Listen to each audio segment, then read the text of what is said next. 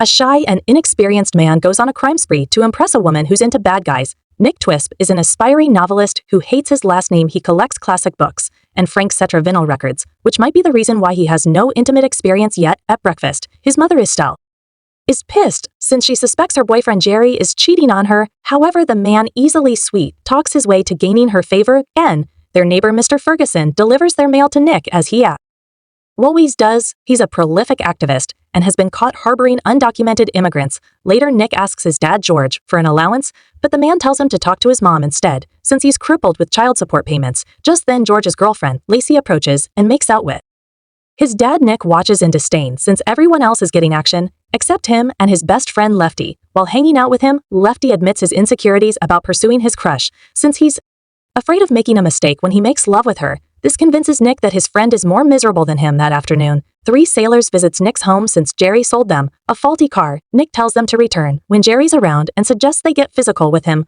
hoping to see the man hurt. The trio happily agree while looking for a movie to rent later. Nick strikes up a conversation with the female classmate, but they're interrupted when the woman's boyfriend insults Nick's chosen film and leaves with his girlfriend. The lonely man remarks that it's always the bad boys who get the women in real life. When he returns home, the sold car is already parked in their driveway and vandalized with a threat. Estelle and Jerry question Nick about it, so he tells the couple that the sailor came by to avoid them. Jerry invites the mother and son to his friend's cabin, only to take them to a dirty trailer home in Ukiah. Pissed at the man, Nick later asks his mom if her relationship with him is going to last. She just excuses that it's hard to find someone interested in old women like her. Before joining Jerry in the bedroom the following day, Nick heads to the public shower when a woman named Sheena Sanders gives him a cool look. Her smile fills him with amazement as he showers after. Nick returns home and sees Sheeny speaking with his mother, who asks her son to help the lady pick up groceries with. He accompanied Sheeny, stunned at how he ended up helping the beautiful woman instead of seeing the sailors beat Jerry up. She gives him a tour at her home when they return, and in her bedroom, Nick sees a poster of Jean-Paul, whom Sheeny admires from the film Breathless. This leads them to talk about classic films and music, impressing Nick since he hasn't met a lady who liked them.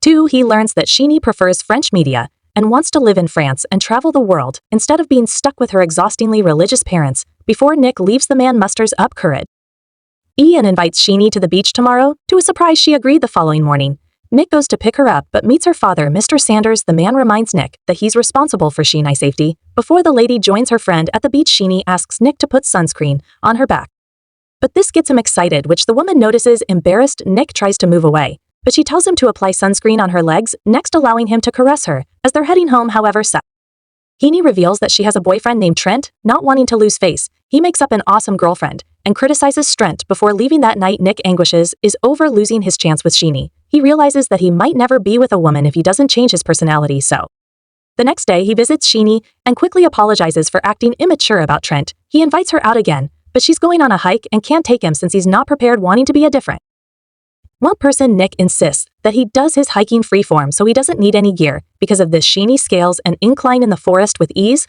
while Nick struggles behind. After Nick relieves himself, he finds the woman reading his journal, which upsets him. She offers him her journal to make things fair, but she'd written her thoughts with her unique handwriting to keep her parents from snooping. This upsets him, further spouting that he doesn't want to read about Trent anyway. Sheeny assures him that she hasn't properly made love with Trent, so she's inexperienced like him. They then stare at each other until Sheeny commands him to kiss her. When he takes her home later, Nick confesses his love to her, but she doesn't say it back. Her mother, Mrs. Sanders, sees them from the window and confronts them, so the two part ways. Jerry soon finds a trailer for sale, and Nick invites Sheeny to check it out with them. To his awe, she perches her hand on his thigh during the ride, while Jerry negotiates with the seller. Later, Sheeny spots puppies for sale and eyes Nick to buy one for her. After he does, she names the dog Albert, after a French philosopher. That night, Nick finds a note in his pocket that Sheeny slipped in while they were making out earlier. In the letter, she apologizes for reading his journal, though she found his depressing contemplations and made-up girlfriend emotionally evoking and charming. The note ends with her saying that they should just enjoy their lives and take things in stride. His thrill of having Sheeny is short-lived when they meet in a diner the morning after Jerry hurt his back, so Nick and his family has to return to Oakland for treatment. Sheeny is devastated, but only because her dog chewed the family Bible, so she needs someone to adopt Albert. With that, Nick volunteers. However, he's worried that Sheeny will fall in love with someone else while he's gone. The woman just comments that she can't put her life on hold for him, so Nick suggests that they run away or have him kicked out of his mother's house so he can move to Ukiah if his father gets a job there. Sheeny admires his determination, though she notes that to get kicked out of his mother's house, Nick has to be very bad with a plan in mind. Nick soon returns home with Estelle and Jerry only to find the vandalized car somehow inside the house. As his mother freaks out about this, Nick goes to the backyard, but discovers that Lefty has been camping there. He told his parents about his sister's relationship, so she made his life miserable, and he had to get away to lighten the mood. Lefty then updates him about his romantic endeavors, revealing that he got a book about lovemaking to prepare. Interested, Nick borrows it. Later, Sheenie calls to check on Albert and asks if Nick had done anything yet. When he hesitates, she pressures him, saying that she could eventually marry some guy named Francois if he doesn't shape up, threatened that his nice personality isn't enough for Sheenie. Nick decides to create an evil persona for himself named Francois. One morning, Officer Westcott visits the report that Jeffrey suffered a heart attack and passed away. Estelle mourns, especially when Westcott says that Jerry's wife is claiming his car, having not known that the man was married. As the officer embraces his mother, Nick returns to his room and finds his persona discontented about his inaction, saying that he should act now if he wants to get some action with Sheenie. Nick argues that his mother is grieving, but Francois insists it's the perfect opportunity to destroy what she loves. With this in mind, Nick flushes her jewelry, cut her ladies' wear, and vandalizes Jerry's trailer. Meanwhile, Sheenie pretends to be a headhunter to set George up for a job in Ukiah, so Nick has the place to stay. However, Nick hates that George will apparently be working for Trent's dad once his father has moved there. Nick approaches his mother only to find her having breakfast with Westcott, who stayed the night. The son then asks if he can move in with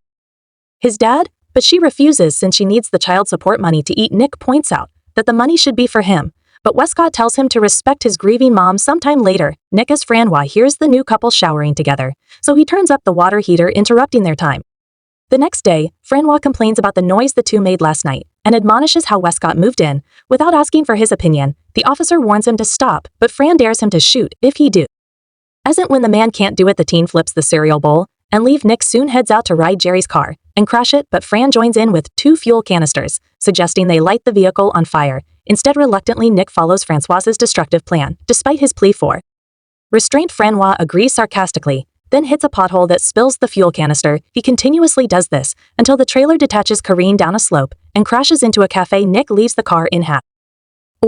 But Francia also exits and lets the vehicle slide down the slope. It crashes into the trailer and explodes while everyone stares at Nick. Before he runs that night, he returns home but finds that Woko and his mother are aware of the crash. Estelle worries about her son's arrest, so her new boyfriend suggests reporting the car as stolen, earning her girlfriend's grateful affection. Westcott also suggests that Nick leaves before the detectives arrive, so his mother calls George to pick him up, unaware that this was his plan all along. The next day, Nick returns to Ukiah and immediately calls Sheenie, reporting that he caused a fire so they can be together unbeknownst to them.